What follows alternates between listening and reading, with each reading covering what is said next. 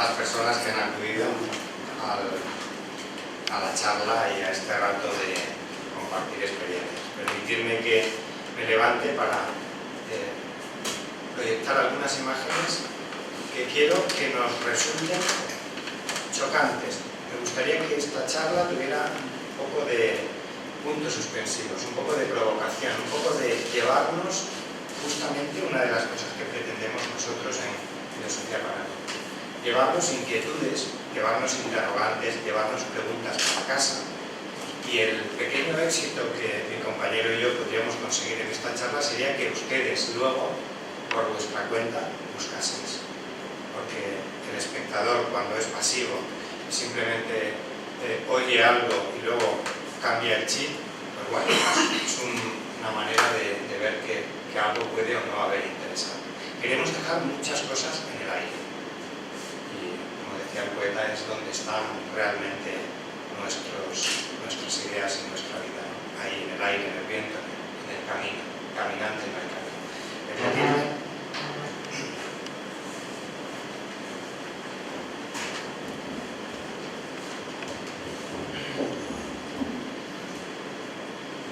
Voy a comenzar con una imagen clásica, una imagen que todos ustedes habrán visto alguna vez y que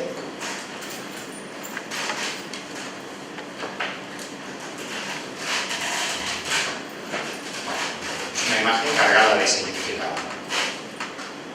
Lo identifican ustedes, es una de las esculturas más conocidas, pero el simbolismo que encierra también nos habla de una manera de ver y de estar en el mundo. Hablamos del pensador. Cuando hablamos de filosofía, enseguida se nos viene a la mente el término pensar. Bueno, yo cuando oigo a algunos maestros ya desde pequeñitos que castigan a los niños al rincón de pensar, he hecho ir a temblar porque parece como que ya desde el primer momento el pensamiento es algo más relacionado con el castigo que con la alegría de vivir, con el estar en el mundo. En todo caso, es la figura de un pensador solitario, mirando para sí mismo, buscando quizás dentro de su mente, cual oscura caverna, algún destello de verdad o de luz. Y es una manera de afrontar la filosofía. Si yo ahora también dijese a cualquiera de ustedes que no tuviera demasiados conocimientos de filosofía y hubiera padecido a algún profesor de filosofía la palabra filosofía, pues puede que recordase alguna experiencia más bien negativa de su propia educación. Pues, estudiar ahí a Platón de memoria, comentario de texto, difícil. Hace poquito había una encuesta además en este sentido y la mayoría de las cuestiones que surgían era difícil, como si el maestro, el que filosofa, tuviese que colocar un listón muy alto para que los simples mortales no pudieran acceder a ese conocimiento prohibido. Bueno, es una manera de verlo. El pensador en su torre de cristal construye un mundo, a veces solipsista y a veces metido en sí mismo, y gran parte de la tradición filosófica, desde ese punto de vista, pues tiene esa connotación, ¿no? Es muy respetable esa manera de verlo, y la filosofía como tal, como aprendizaje, como sistema, tiene esa vertiente también. Sin embargo, no es la imagen que quiero yo que se lleven ustedes esta tarde de la charla. Aún respetando mucho esta visión de la filosofía, ese racionalismo y esa frase que recuerdan ustedes famosa de Descartes, pienso, luego existo, a través del pensamiento reconstruyo la realidad, a través de mi mente llego al mundo. La visión que yo quisiera transmitiros esta tarde de la filosofía tiene que ver con la siguiente diapositiva y, por cierto, casi me lo ha puesto muy bien la María Luisa cuando ha hablado, y no digo más, de esta imagen. Una imagen diferente. La imagen de alguien o de algo que está ocurriendo ahí, pero que no es un pensador. Identifican ustedes la imagen también, ¿no? Es el comienzo del niño, del pequeño príncipe, de ese ser raro que llega al mundo y que se encuentra a un aviador en medio del desierto y le cuenta su vida, pero antes de contarle su vida le enseña un dibujo. No es este, es otro anterior a este, que es el dibujo de un sombrero o que parece un sombrero. Y él está acostumbrado, como cualquiera de nosotros, a mí además me gusta hacer mucho este test del sombrero, le llevo a la gente el sombrero y le digo, ¿qué es lo que veis? Y digo, pues un sombrero es evidente. Hombre, tampoco tan evidente. Vamos a echarle un poquito más de imaginación a la cosa. ¿Por qué tiene que ser un sombrero estos 4 dibujos que está aquí? El sombrero se supone, como diría Magritte, ceci n'est pas une pipe. Esto no es un sombrero, esto no es una pipa, es el sombrero real, o incluso el mismo sombrero real. ¿Por qué tiene que ser un sombrero? ¿Por qué no puede algo ser diferente a lo que vemos o percibimos? Cuando el niño dice todo escandalizado, pero ¿no ves que es un elefante que se está comiendo? ¿Es una boa que se está comiendo a un elefante? Ah, sí, claro, puede ser, todo puede ser algo más de lo que es. Bueno, pues cuando luego le hace la siguiente prueba, que os invito también a que se la hagáis a los niños y a los adultos y les pidáis que pinten un cordero, la mayoría tenderemos a cumplir la orden. Nos ha dicho el maestro que pintemos un cordero. Pues vamos a pintar el cordero, pero a que ninguno de los corderos de ahí arriba os convence demasiado. Uno no tiene cuernos, el otro parece que está triste, el otro no se sabe si es un cordero o qué es. El mejor cordero es el que hay abajo. Es la caja con 3 respiraderos, porque el cordero está dentro. Bueno, pues esa caja, al final terminaremos la tarde con una poesía, esa caja es, desde nuestro punto de vista, filósofos que trabajamos con niños, pero que trabajamos con seres humanos que llevan un niño dentro, es la caja abierta de las posibilidades filosóficas. Fijaos, donde hemos ido a parar, hemos saltado del pensador de Rodin, nada más y nada menos, a una simple cajita con 3 agujeros y donde lo importante, lo esencial está dentro. ¿Y qué es lo que está dentro? Lo que está dentro son las posibilidades abiertas del ser humano, y dentro de esas posibilidades abiertas está evitar que cuando un niño de 3-4 años, por vía natural, por aprendizaje natural, se empiece a hacer preguntas: ¿qué es la vida? ¿Qué es la muerte incluso? ¿O qué es la amistad? ¿O para qué sirve un papá? ¿O por qué el universo es tan grande? 3, 4, 5, 6 años es la edad de las preguntas, es la edad donde el ser humano empieza a asombrarse. Y a veces nos asombramos nosotros que unamos esos 2 conceptos, filosofía como algo altisonante y grandioso, y niño, frágil, pequeño, que no sabe. Grandes tradiciones filosóficas parten precisamente de la ignorancia y no del saber como conocimiento absoluto. Entonces, en ese sentido, el niño es un símbolo, pero el niño también no es el pensador solitario que está descubriendo el mundo. El niño necesita a otros niños y necesita a otros seres humanos para hacerse preguntas, para acercarse al mundo en el que vive. De repente hemos cambiado el punto de vista.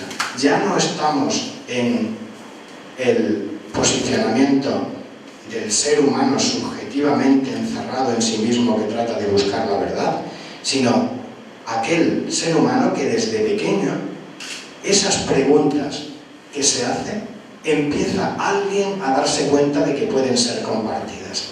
Las puede compartir con otros. Si yo me pregunto, hace poquito había una vecina que se acercaba y sabía que yo era de filosofía y dice: oye, que la niña se ha preguntado qué es el alma, y lo hemos buscado en el diccionario y no le convence. Tú que eres filósofo, a ver, que se lo expliques tú, porque esto es un sinvivir. La niña quiere saber qué es el alma y no le convence la definición del diccionario. En algún lugar ella habría oído eso de alma. Los niños se preocupan por muchas cosas, pero supongo que no se conformó con que alguien le tapase la boca y quería saber más. Dice, pues vas mal encaminada, yo no le voy a solucionar nada. Yo conmigo, si quieres, estará un rato charlando, pero no le voy a solucionar el problema, porque eso es lo bonito. Acaba de tener un problema y acaba de comenzar a buscar. La misma chica que tenía 7 o 8 años, años después, con prácticamente 11, 12 años, se acerca y me dice, hace unos cuantos años, cuando era niña, tenía un profe, un maestro que le gustaba filosofar, le gustaba hacerse preguntas, pero con los años lo único que hago es rellenar huecos, hacer deberes, pero realmente con sus palabras, no como diciendo. El sistema educativo con el tiempo ha ido tapándome la boca, pero yo de pequeña tenía esas inquietudes, y si alguien tira del hilo, nos encontramos con esto. Nos encontramos con niños que están filosofando, con niños que desde pequeños un profesor les reúne no para enseñarle historia, matemáticas, inglés o cualquier asignatura, sino para pensar en grupo, para crear una comunidad de diálogo, una comunidad de investigadores, narradores, como dice mi compañero que escribe sobre estos temas y convierte ese concepto en algo narrativo. Esa comunidad se convierte en una comunidad de filósofos, y esos filósofos empiezan a hacerse preguntas. Permitidme ahora que dé un salto, porque voy a poneros unas imágenes que algunos supongo que os sorprenderán, pero que son el fruto de una experiencia real, de la experiencia de una película que además se ha estrenado hace un año en el mundo, todavía no se ha traducido en español, pero que es la experiencia real de una maestra filósofa que considera que el pensamiento es una caja, y que es una caja abierta, y es una caja llena de posibilidades, porque la caja es nuestra mente, y esa caja empieza a funcionar desde que el niño empieza a hablar, y desde que el niño empieza a hablar, empieza a utilizar conceptos no elaborados y no abstractos. De ayer nos recuerda que hasta los 12 o 13 años no existe lo que llamamos la abstracción, la etapa de operaciones abstractas. Y por eso algunas veces se ha puesto la asignatura de filosofía a una edad muy elevada, porque se ha relacionado filosofía y abstracción, como pensando que lo importante del filosofar es los conceptos, no en sí mismo el proceso de cómo uno llega a los conceptos. Y el proceso es un proceso, como dirá luego mi compañero, narrativo. Las historias que siempre hemos contado a los niños no son y colorín colorado o conte contat, conte acabat, que dice en valenciano. No, conte contat, conte comenzat. Acabamos de comenzar, y este es el relato. El relato nos invita a la reflexión y nos invita a la pregunta. Y eso existe a nivel curricular. Ese será el siguiente paso que me gustaría explicaros para presentaros la asociación y no ser demasiado dar tiempo a todas las intervenciones. Pero esta idea inicial, esta idea de que nuestra mente no es un jarrón que haya que llenar, sino un ovillo o un leño que hay que encender, Sócrates Dixit, es nuestra mente. El mismo Sócrates ejerce como maestro y dice: yo estoy vacío, yo no sé, yo soy la matrona. Qué bonita idea la del conocimiento, la del que reconoce que sabe, que no sabe, y que te ayuda a ti a que sepas, que ayuda a que tus pensamientos salgan a la luz. Bueno, pues tan clásica es nuestra tradición que se remonta a la filosofía clásica. Y no tanto porque creamos que hay que ser más inteligentes, como se ha utilizado a veces esta metodología para hacer niños más inteligentes, porque claro, hoy cualquier padre, cualquier madre, casi iba a decir, daría lo que sea porque se fuese los niños desde los 3 años a una escuela filosófica donde esos niños, aparte de una actividad extraescolar de refuerzo de tuvieran la libertad de hablar, expresarse, pensar. Eso lo hizo una profesora del grupo de filosofía para niños, que es un movimiento mundial que se inició en los años 60, ahora concretaré más detalles a nivel informativo, pero que estuvo durante 3 años grabando a sus niños en un documental que ha dado la vuelta al mundo, porque desde los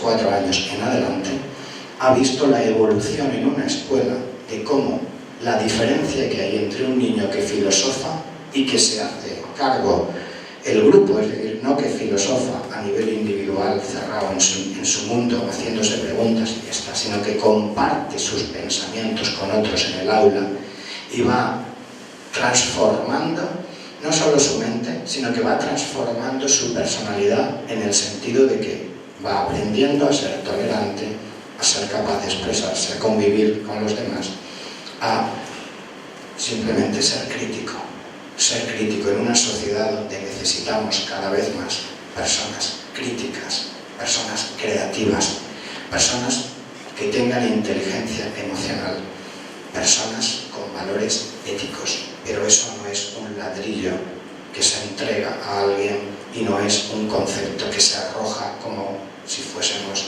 los seres humanos un jarrón que esté llenándose de esos conceptos, sino que o lo descubrimos y lo debemos empezar a descubrir con 3 años, o cuando tengamos 18, como le doy yo a los chavales ya de 18 años la asignatura de filosofía, será demasiado tarde. Matthew Lipman hizo esa misma reflexión, el creador de esta metodología en los años 60. Él le daba clase a universitarios en la Universidad de Columbia. Y en el mayo del 68, viendo que la Universidad de Columbia se llenaba de conflictos y se llenaba de movimientos estudiantiles y en algunos casos de alguna violencia innecesaria, vio que muchos de sus alumnos, él daba lógica proposicional, la lógica, digamos, lo más abstracto dentro del pensamiento filosófico a chavales de 22 años. Y él, dando lógica y viendo que luego esa lógica no se utilizaba en la vida real, en las asambleas, en las clases, sino que esos chavales que sacaban muy buenas notas en lógica, luego no sabían pensar en grupo, no sabían razonar, no sabían argumentar, eran violentos, eran gente. ¿Por qué? Ya no tienen ellos quizás esos hábitos que tienen, es posible que no tenga solución. La solución empieza a los 5, a los 6, a los 3, a los 0 incluso. Hay experiencias incluso con meses, con año y medio, con 2, con escuelas filosóficas que hacen que los niños no estén cargados de presión ya desde que nacen. Entonces, hay muchas maneras de plantear el problema. En nuestro caso, como profesores de filosofía y como filósofos con esa formación, creemos que una de las soluciones es aprender a filosofar desde los 3 años y por eso esa mezcla tan curiosa de filosofía y niños. Esa es un poco lo que llama a veces a la sociedad la atención. Pero quiero que veáis en un momentito el tráiler de la película está en francés y dado que es una película documental, la experiencia está recogida también en una, creo que me parece que se va a convertir en tesis doctoral y va a desarrollar a nivel antropológico toda la experiencia completa. En nuestro caso, esta es una película que ha trascendido al ámbito del mismo movimiento internacional de filosofía para niños, pero nosotros conocemos desde hace 20 años que llevamos aquí en la Comunidad Valenciana experiencias de educadores que están haciendo lo mismo, en silencio, sin que nadie lo conozca y de una manera privada. Pero creo que cuando uno es suficientemente adulto y acude a las cosas y oye cosas y no se quiere fijar solo en los estereotipos, dice, hay experiencias en nuestra sociedad que pueden ser muy desconocidas y a la vez muy interesantes. Mirad un momentito.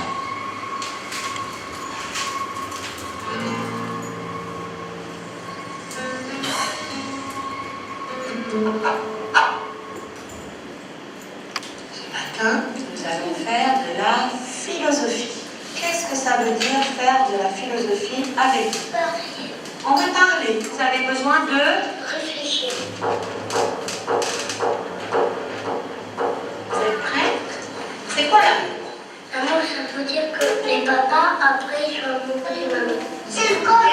Qu'est-ce que t'as dit? C'est le code. C'est le code. C'est quoi ce code? C'est le code de l'amour. C'est le code de l'amour. Parce que une fille, ça peut pas être amoureuse d'une autre fille. La dernière fois, tu m'as dit, est-ce que tu peux encore être même amoureux? Et maintenant, tu me dis quoi? Il est plus chez moi, Nicolas, t'as fait. Dans ta maison? Oui. Et donc, Non, plutôt Nicolas, ça peut bien. Je comprends, moi. C'est quoi la chef? chef, ça fait comme ça. La liberté, c'est quand on va tout seul dehors, c'est quand on sort de prison. Je connais un gens qui est pauvre et il mange les restes qui sont à la poubelle. Ah! Moi, je suis un petit peu métisse et elle est beaucoup plus métisse que moi. J'aime qu'elle. Moi, j'aimerais être blonde, pas blonde. Maman, elle est intelligente parce qu'elle n'est jamais limitée dans le frigo. Et tu veux qu'on parle de quoi en philo la semaine prochaine? Et papa et maman, ça sert.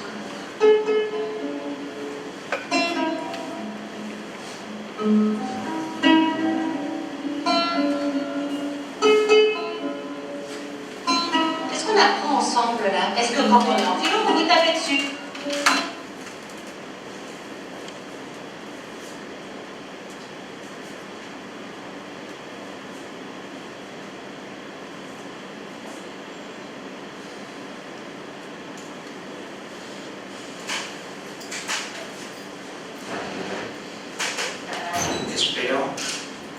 Espero que es sorprendente el hecho de ver que sin ninguna manipulación previa, niños pequeños, corrientes, incluso de escuelas públicas o de escuelas con ciertos problemas de integración, cuando se colocan en una situación de posibilidad de que expresen lo que sienten y lo que piensan, no los consideremos como si fueran puramente unos ignorantes y que todo lo que tienen que hacer en la vida es esperar a que les enseñen todos los conocimientos que necesitan para vivir. Quizás los mejores, los más importantes conocimientos que necesitamos para vivir están ya incluidos en el lote cuando nos convertimos en seres humanos.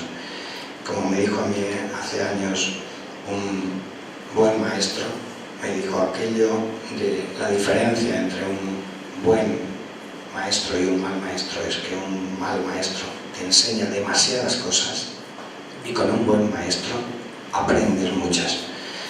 Es posible que nuestros currículos escolares estén cargados hasta la saciedad de todo. Es posible que la solución no la vayan a dar las leyes educativas, porque las leyes educativas en los últimos años tenemos inflación de leyes educativas y el exceso curricular, el exceso de contenidos que tiene un niño pequeño de 9 o 10 años que llega hecho polvo a casa a ponerse a hacer deberes como un loco y que quizás lo importante, lo necesario, lo esencial, la palabra, la conversación, el debate, el diálogo, las preguntas, lo que somos con los padres, con los amigos, en la escuela, quizás eso se esté olvidando. Y al final, con el tiempo, las sociedades, es posible que tengamos lo que nos merecemos.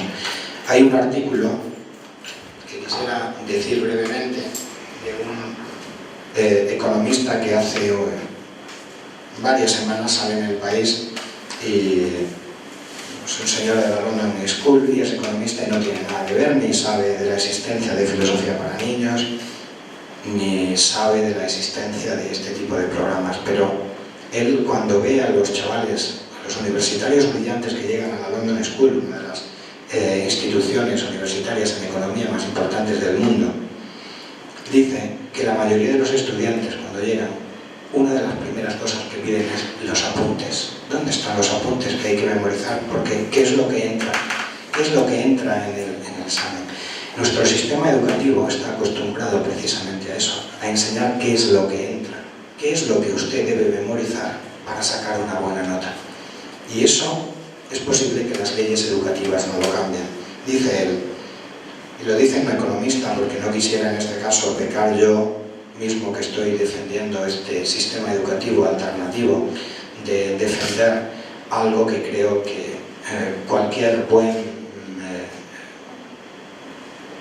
cualquier buen profesor universitario, cualquier buen estudioso que se preocupe de estos sistemas, se dará cuenta, dice: la educación en España enfatiza la memoria, la repetición de tareas, la actitud pasiva del estudiante y la dificultad como un objetivo en sí mismo.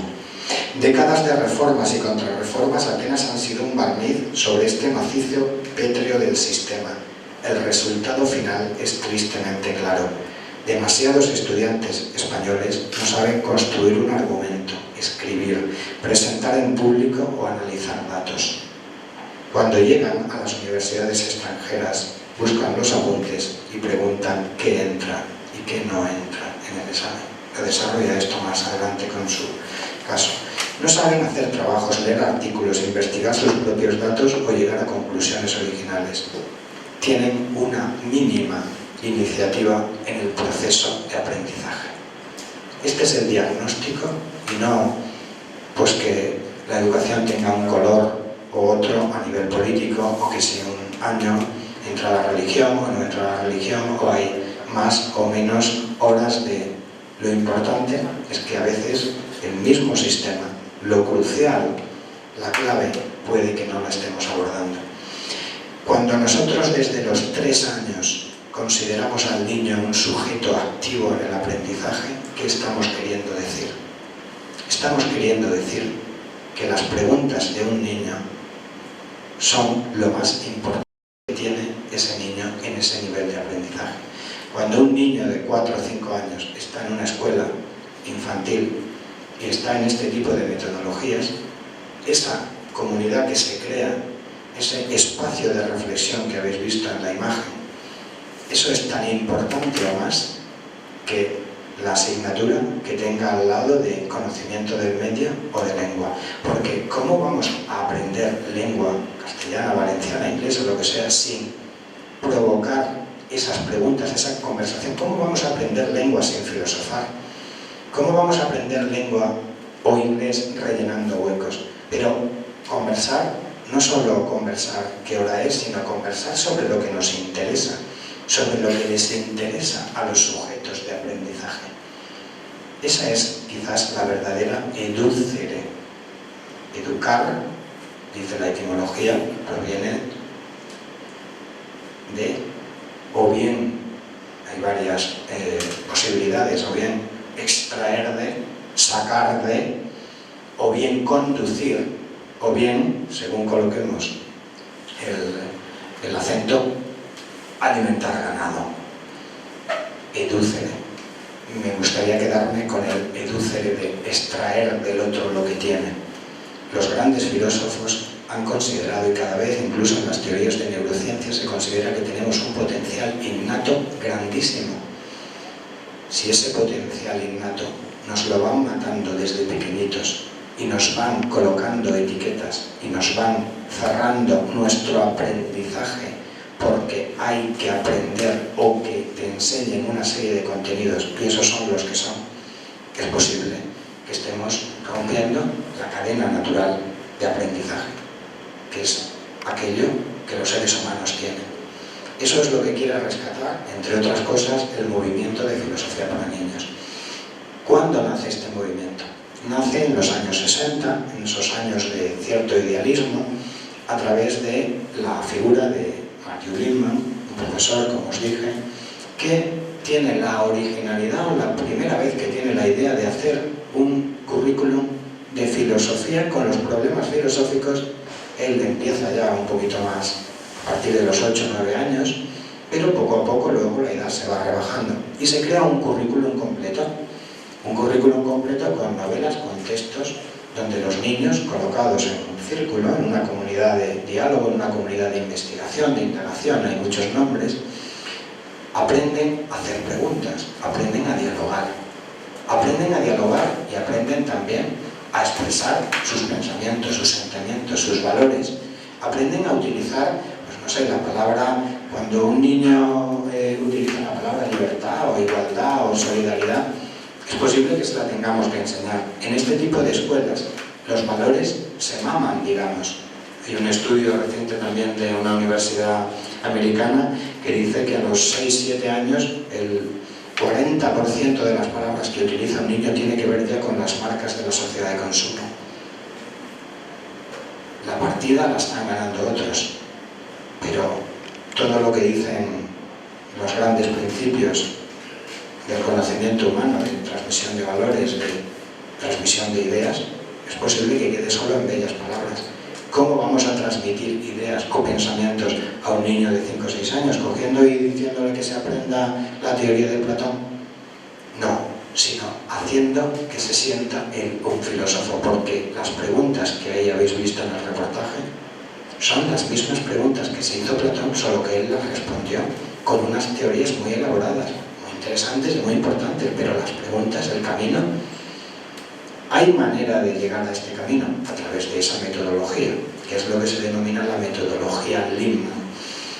El niño pregunta, la maestra toma nota, se establece el diálogo, se establecen dinámicas de grupo para reforzar esa pregunta o esa inquietud y ya está.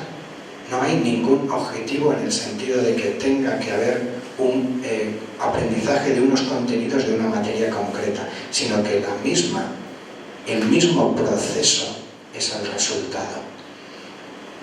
Mirando en los informes educativos mundiales, tenemos además eso, que informes patrocinados en este caso por la OCDE, que son las sociedades económicas, los poderes económicos que patrocinan qué debe o no saber alguien, lo que miran es los resultados. ¿Usted sabe sumar, más, menos, regular? Claro que es importante sumar, claro que es importante saber qué es un predicado y claro que es importante saber conjugar un verbo, claro que lo es, lo cortés no quita lo valiente, pero lo que es que no solo eso es importante, no solo saber matemáticas es importante, porque al final el objetivo es que si tenemos a un niño inteligente estaremos contentos como padres, pero la pregunta cuando vamos a nuestro colegio y tenemos a un niño es qué valores tiene, qué personalidad está desarrollando y sobre todo qué está aprendiendo. Lo que he dicho antes de aprender es diferente, ligeramente a enseñar. En ese sentido, el movimiento de filosofía para niños desde los años 60 que organiza en Estados Unidos Lindman y Ann Sharp se extiende como la pólvora, digamos, por los movimientos de renovación pedagógica de medio mundo en los años 70 y sobre todo 80. Aquí en España llega este movimiento en los años 80. Años muy activos dentro de la educación, donde muchos maestros y profesores están por la labor de innovar. Ahora que se habla tanto de innovación, qué paradoja, ¿no? Los diferentes gobiernos, sean de un color u otro, continuamente hablan de innovación. Creo que esto es innovación, pero la etiqueta quizás la tienen otros. En los años 80 entra este movimiento y llega a toda España, a todas las comunidades autónomas. En nuestro caso, en el año 92-93, nos convertimos en una asociación de carácter educativo, pero una asociación como cualquier otra, con sus estatutos, con pues la mayoría de la gente con una cuota simbólica, como cualquier asociación. A diferencia quizá de otras, nos reunimos para, como dice algún compañero de la asociación, para ponerse las pilas. Nos reunimos una vez al mes, la mayoría somos profesores, pero no es necesario ser profesores, pueden ser, pues no sé, hay desde gestores culturales, gente de la sociedad civil. Antes recomendaba, había una chica que era dentista porque quería que no solo la labor de quitar los dientes fuera algo dramático ahí sentado y el otro tirando ahí del diente, sino que en la consulta los niños hablaran del ratoncito Pérez, comentaran cuáles son sus fantasías, cuáles son sus personajes inventados, si es real, si no es real, que establecieran casi una especie de debate filosófico allí en la consulta con los niños. Mientras estaban hablando de todo eso, luego le tocaba y era mucho menos traumático, pero sobre todo que había convertido una especie de consulta muy aséptica en una consulta auténtica, filosófica, en un consultorio filosófico, y esa experiencia fue muy bonita. Luego la editó, la colgó en internet. Y hay experiencias de todo tipo y gente que se acerca a nuestra asociación para conocernos, para ver lo que hacemos, y dentro de lo que hacemos, sin duda alguna, lo más relevante y lo más importante es lo que estamos haciendo ahora, y en este caso lo que está haciendo la persona que tengo a mi izquierda, que es Rodolfo Rezón, es el actual director de la revista. La revista es un espacio abierto además a la sociedad civil también, y es, digamos, la persona innovadora por excelencia, el profesor innovador por excelencia, que pone su maquinaria imaginativa y su fantasía al servicio de un grupo de pequeños locos, o minoría, como decimos, pero que tenemos muchísimas ganas de transformar, no el mundo, porque eso sería una pretensión por mi parte decirlo, sino transformar nuestro pequeño espacio educativo en el que incluimos nuestras familias, nuestros hijos, nuestro entorno, el mundo cercano en el que tenemos y los compañeros que acuden a la asociación. En ese encuentro tenemos la capacidad, la fuerza y el enganche de tener a una persona como él que coordina actividades más intelectuales a nivel de revista y que coordina proyectos editoriales poco conocidos, pero llenos de ese encanto de lo que sería la caja del Principito, la caja llena de posibilidades. Y si eso es lo que me gustaría que se llevaran, sería esa caja sin nada dentro, pero con agujeros para poder respirar. Y que ustedes busquen dentro de lo que les falta, a nivel como padres, como educadores, como estudiantes, como personas que tienen esa preocupación por el EDUCE, y que en esa caja incluso la construyan y metan algún tipo de sueño. Y si ese sueño necesita nuestra ayuda como asociación, nuestro apoyo, están ustedes invitados a acudir a nuestras reuniones para ir un día y no volver más, o para ir 2 o 3 días y luego cansarse, o para estar de socios permanentes y cada mes aprender todos juntos de lo que como niños que somos hacemos. Llamamos filosofía para niños no solo porque hay una edad cronológica para pensar, sino porque cualquier colectivo, cualquier ser humano, si descubre esa infancia o ese niño que pregunta dentro, al final del día o al final de la jornada de trabajo dirá: es un espacio para salvar quizás mi propia integridad, porque creo que hay demasiadas losas ya, no solo a nivel de educación, que nos dicen lo que debemos hacer, lo que tenemos que pensar y lo que tenemos incluso que soñar. Como Galeano, y con eso termino y le doy paso a mi compañero, reivindico profundamente ese derecho fundamental que no encabeza la Declaración de Derechos Humanos, pero que debiera encabezarla, que es el derecho a soñar. Gracias, y les paso con las experiencias interesantes que Rodolfo nos tiene que contar.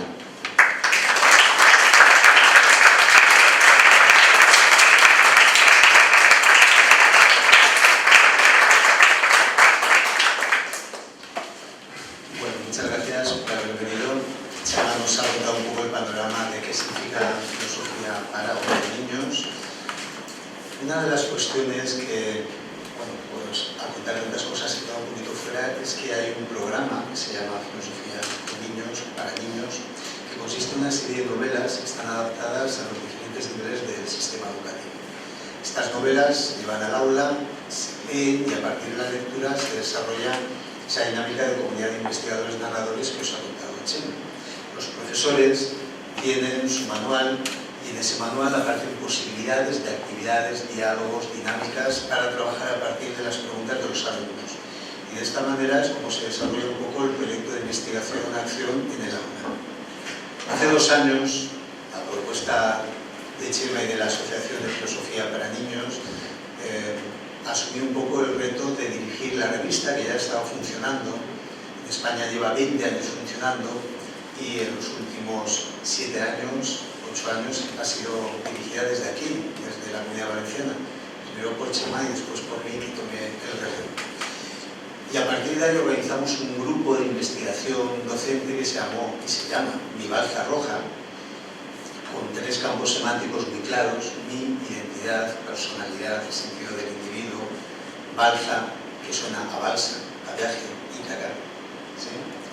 Y roja, que es algo que suena a pasión, fuerza, vida. Bueno, pues a partir de este encargo de la Asociación Valenciana, lo que hemos hecho en Mi Balsa Roja es desarrollar hasta ahora 2 proyectos editoriales, que son los que os voy a contar brevemente para que tengáis conocimiento y demos paso después, si os parece, a conversar sobre lo que ha contado Chema y sobre lo que queráis. Estos dos proyectos editoriales son la revista Filosofía para Niños y la colección de libros Cartografías Imaginarias. Si os parece, me desplazo al ordenador para que veáis las páginas web donde están.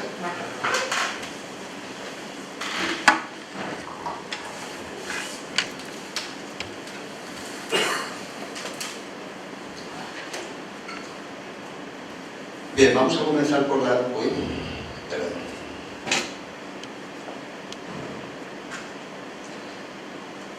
Vamos a comenzar por la revista. Hay varias revistas internacionales de filosofía para niños.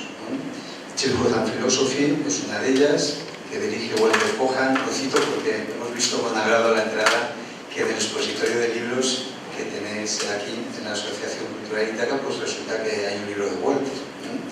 Walter vendrá a inaugurar el Congreso Internacional, el 26º Congreso Internacional de Filosofía para Niños, que celebramos en abril del año próximo en Chester, al cual ya de entrada estáis todos invitados.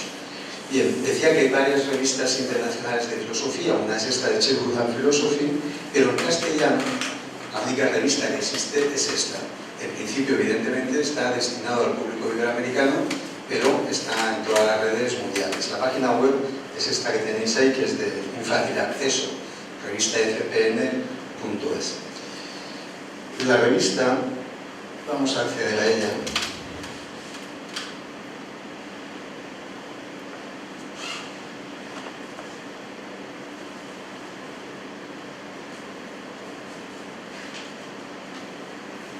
Aquí.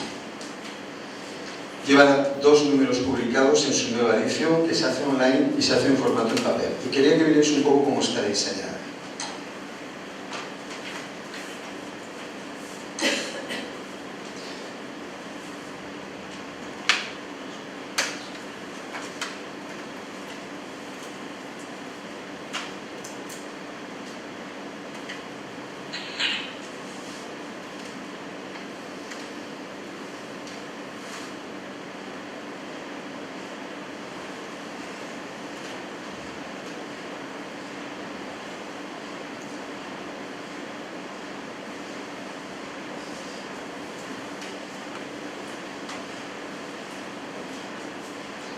Esto es lo que quiero que veáis, a ese coso que veáis el índice.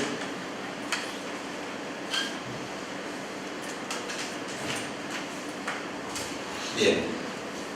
Las secciones de la revista son las que veis ahí. Hay primero una conversación, que en este caso en el primer número fue precisamente con Walter Kohan, y después tenemos las siguientes secciones. La que siempre se ha considerado la sección teórica, por decirlo de alguna manera, es la sección Atrévete a contar.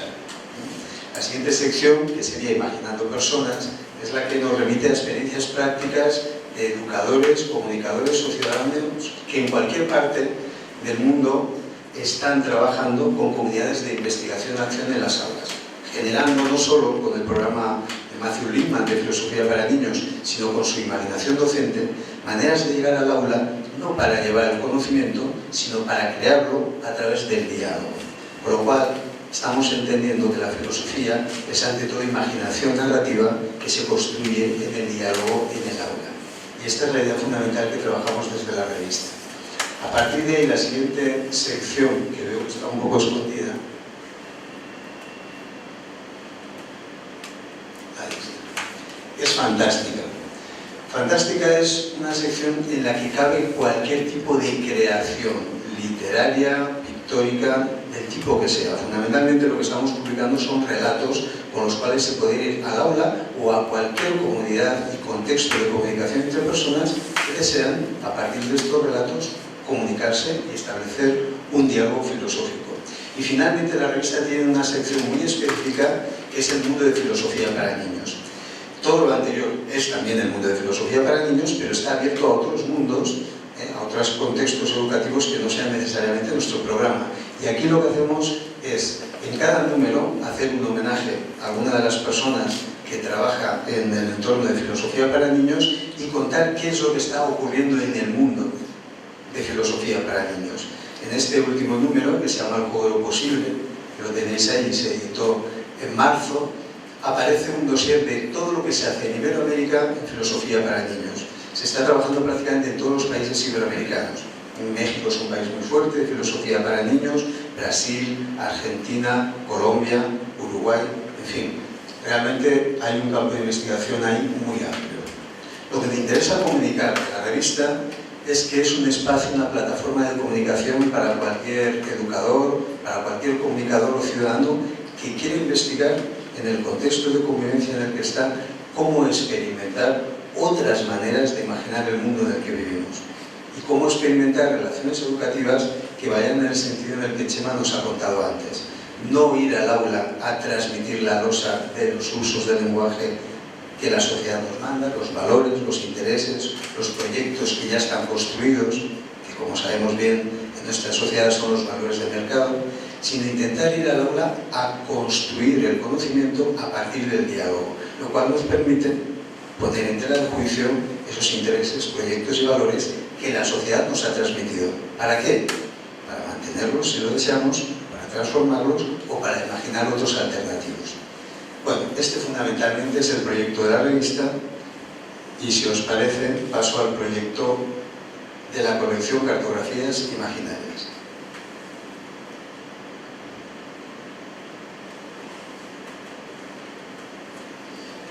Esta es la página web de la editorial Laertes, que es la que edita junto a la Asociación Valenciana de Filosofía para Niños la colección Cartografías Imaginarias y también la revista.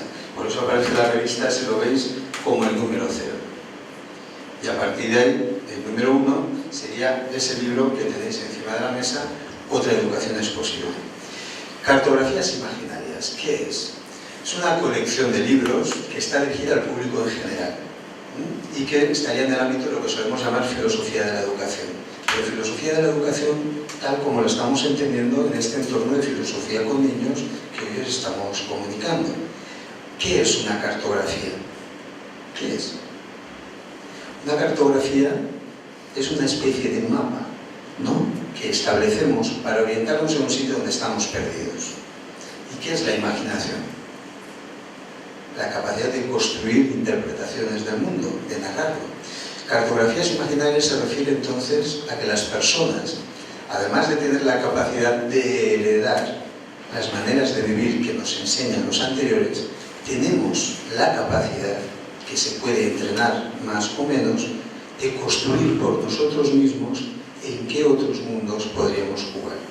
El juego de lo posible es el juego de la imaginación narrativa, es como nosotros entendemos la filosofía, esa actividad de cuestionar los juegos de lenguaje con los que no solo desde los 3 años, como decíamos antes, sino que desde que nacemos, incluso antes, cuando estamos en el vientre materno y oímos los sonidos, las músicas que hay fuera, el contacto de las personas extrañas que nos tocan o nos hablan, desde que nos relacionamos con otros humanos que usan el lenguaje, somos usuarios del lenguaje. Y en este sentido, desde que nacemos o incluso antes, estamos ya absorbiendo estos estilos de juego que hay en el mundo en el que nacemos. Pues bien, ¿qué pasaría si construyéramos una sociedad que nos enseñara a interpretar, comprender, pensar y cuestionar por nosotros mismos los estilos de juego, la manera de vivir que nos han dicho que es la buena, que es la verdadera y que es la bella? Pues esta es un poco la idea de cartografías imaginarias.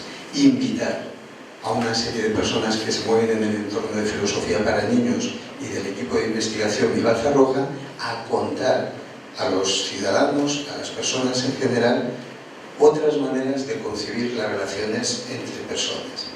El primer libro de la colección se llama Otra educación es posible.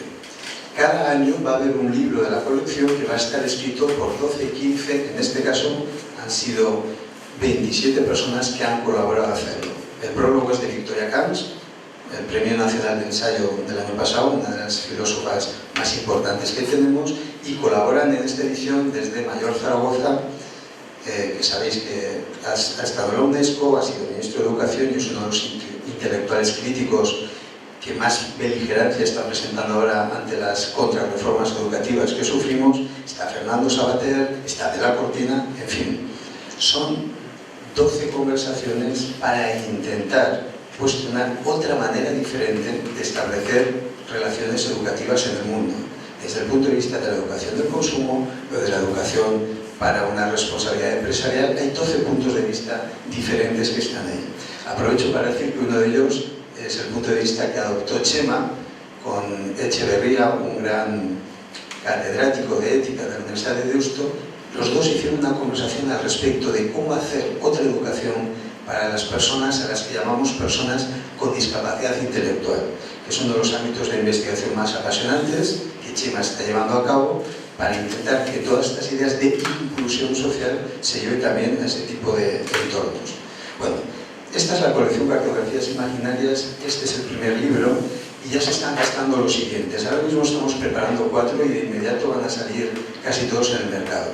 El próximo es uno mío que se llama Filosofía y Fragilidad, donde la idea fundamental es contar que la filosofía, esta actitud de cuestionar el mundo en el que vivimos, es la mejor manera de cuestionar y de cuidar nuestra frágil constitución humana, de hacernos personas entre personas. A partir de ahí viene un libro de Walter Kohan, al que ya hemos citado aquí varias veces, sobre la vida como viaje, como ensayo. Después viene un libro de Chema, que plantea en su panfleto patafísico, que se llama Subnormal, exactamente, un discurso dirigido a los académicos para que entiendan que hay otras maneras de concebir la inclusión de las personas, especialmente de las personas que casi siempre han estado excluidas. Y finalmente, el próximo libro que saldrá después de esto se llama Creando Mundos, que son 15 conversaciones con personajes ficticios, todos ellos grandes pensadores que vivieron en el siglo XX. Hay una conversación imaginaria que hace Chema con Kafka, hay una conversación con Foucault, una conversación con Bertolt Brecht, con Jules Renard, en fin, una serie de conversaciones al respecto de cómo imaginar otras relaciones diferentes entre pensamiento y lenguaje. Bueno,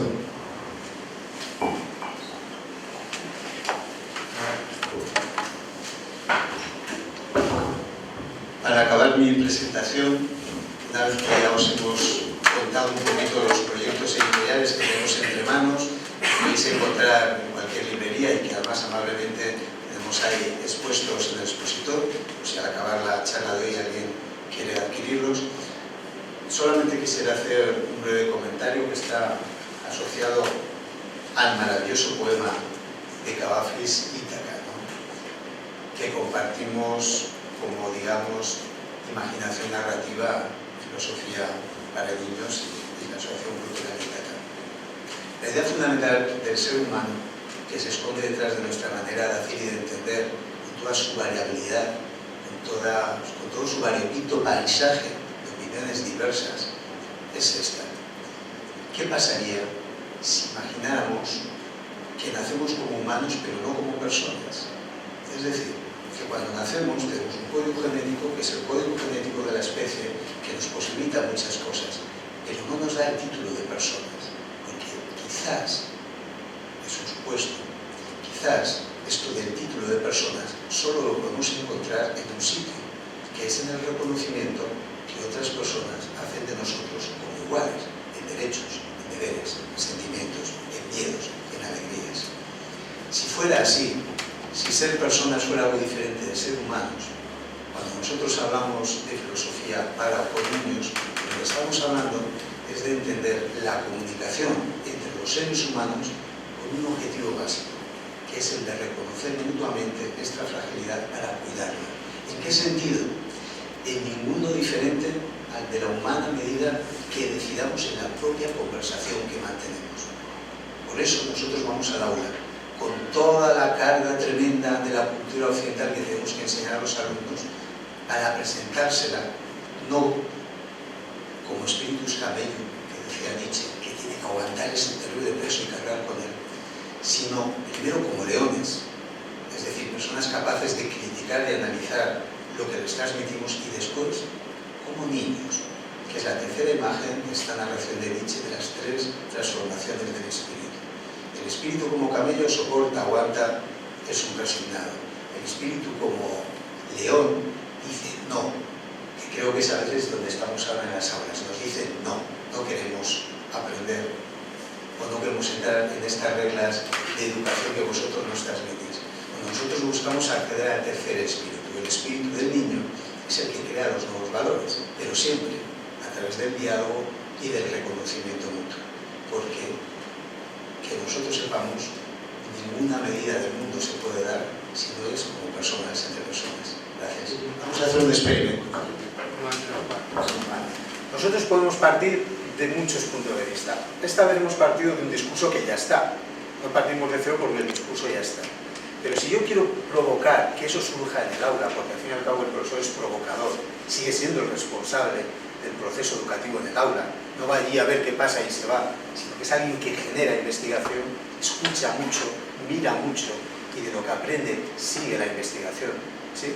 Bueno, si yo voy al aula para provocar esa investigación, lo que haría es, a través de un juego, de un trozo de película, de un relato o de una pregunta, desarrollar el proceso en el aula. ¿Sí? Tenemos una manera de entender las relaciones humanas que no es neutra, es jerárquica, es vertical. Uno tiene la verdad, la sabiduría y el poder, que en el aula es el profesor. Y los demás venimos a escuchar. Cállate y escucha. Lo difícil es generar en los miembros de una comunidad de investigadores la necesidad de comunicar y perder el miedo a hablar en grupo. Por eso, siempre que se empieza una comunidad de investigadores, no se empieza como aquí te pillo, aquí te mato, sino que se hacen juegos de comunicación, juegos de divertirse, que parece que no significan nada, pero significan al contactar, al escuchar, al cooperar, que estamos haciendo comunidad. Muchas gracias, estaríamos aquí mucho más rato y nada, los puntos suspensivos los ponemos ahí para que ustedes sigan dándole vueltas. Gracias por...